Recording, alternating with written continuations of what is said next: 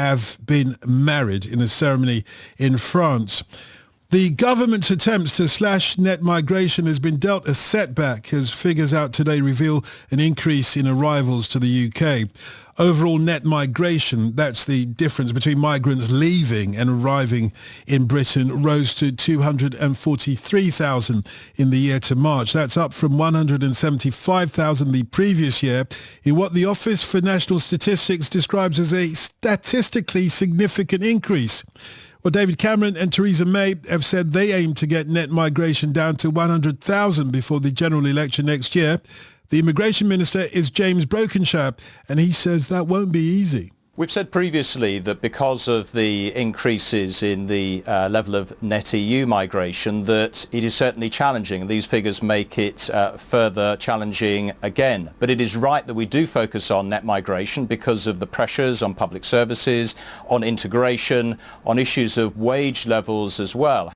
In a moment, we'll speak to a Bulgarian immigrant who arrived in the UK this year, but is about to leave the country. But first, Sir Andrew Green is chairman of Migration Watch. Sir Andrew, is the government's attempts to bring down net migration ever going to succeed? Down to 100,000? Well, good afternoon.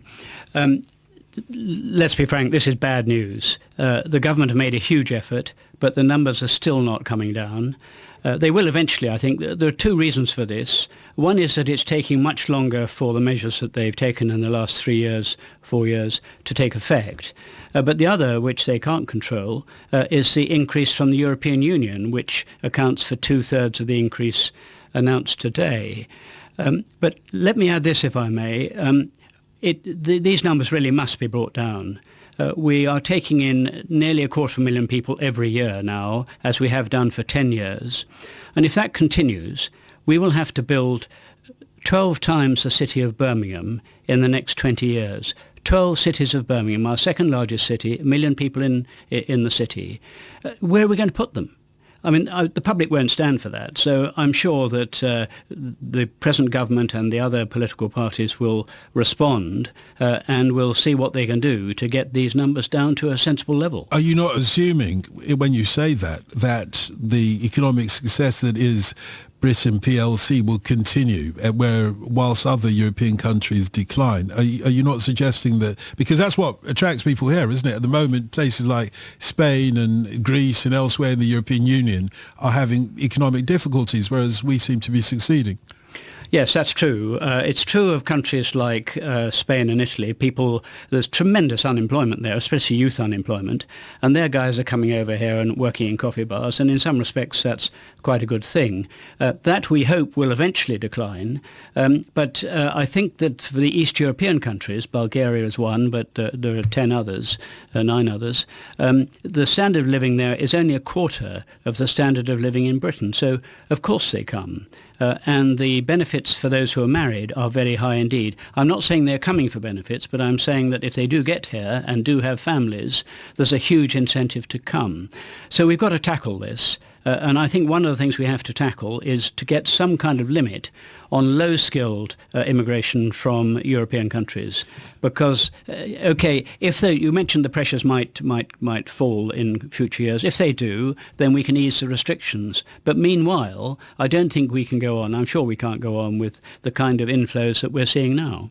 Sir Andrew Green, thank you very much. Sir Andrew Green there, chairman of Migration Watch. Let's get another view of this from someone who immigrated to Britain in May of this year, but she's about to leave the country.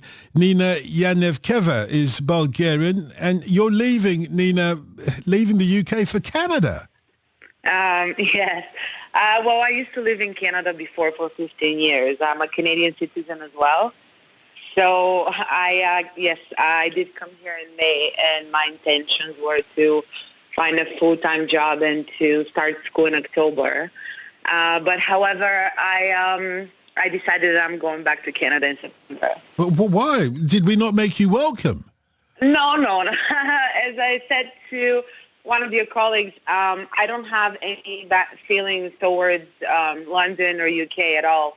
But, however, to me, London, let's say, if I may say, it's not my cup of tea. And it's a great city, but I do think that if I do have the chance to be in another country like Canada, I think I'm making the right choice.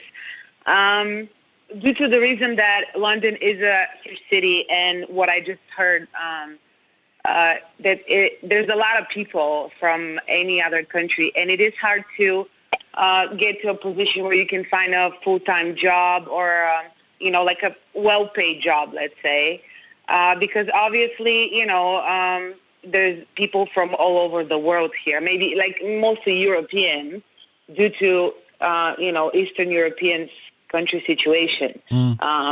So that will bring people here. It's true, you can make much better living here.